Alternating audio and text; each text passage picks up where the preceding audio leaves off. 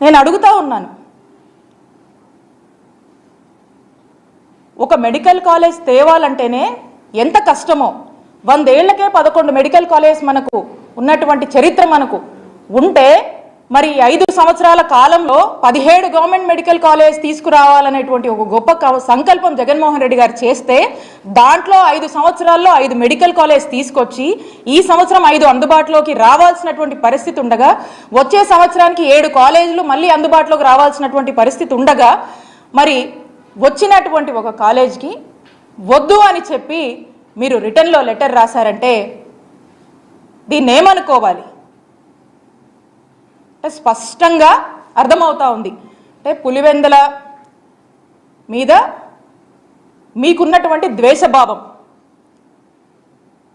మీకున్నటువంటి రాజకీయ కక్షలతో పులివెందుల మెడికల్ కాలేజ్కి అనుమతులు వస్తే కొన్ని సీట్లకి వద్దని మీరు లెటర్ రాశారంటే ఇది మనకు స్పష్టంగా అర్థమవుతా ఉంది.